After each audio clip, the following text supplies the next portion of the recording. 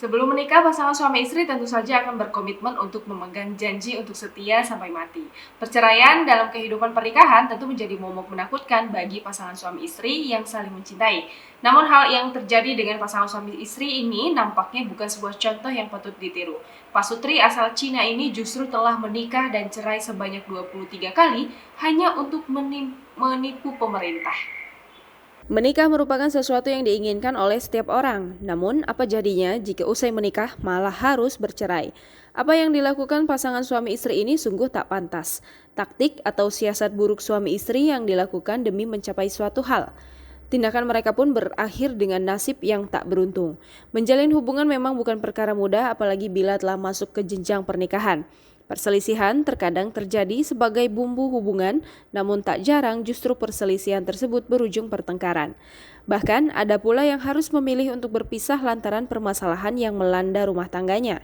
Namun hal itu tak berlaku bagi pasangan yang satu ini. Perpisahan atau perceraian seperti sudah biasa dilakukan oleh suami istri satu ini.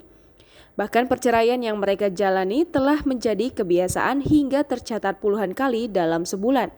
Pasangan suami istri ini diketahui menikah dan cerai sebanyak 23 kali dalam sebulan.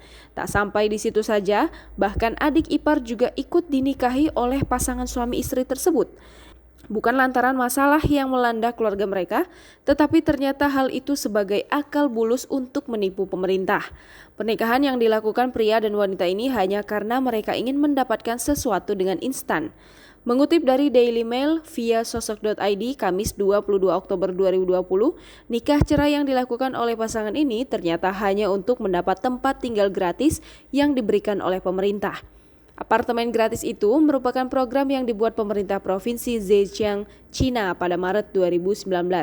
Pasutri ini rujuk dan kembali menikah ketika PAN mengetahui bahwa mantan istri tercatat sebagai warga penerima apartemen gratis. Demi mendapatkan dokumen izin tinggal, PAN membutuhkan status perkawinan, sebab apartemen gratis ini diberikan hanya kepada keluarga yang membutuhkan. Setelah mendapatkan dokumen tersebut, Pasutri ini kemudian bercerai. Dikutip tribunjatim.com pada Sabtu 24 Oktober 2020, keberhasilannya mendapat dokumen menjadikan dirinya ketagihan.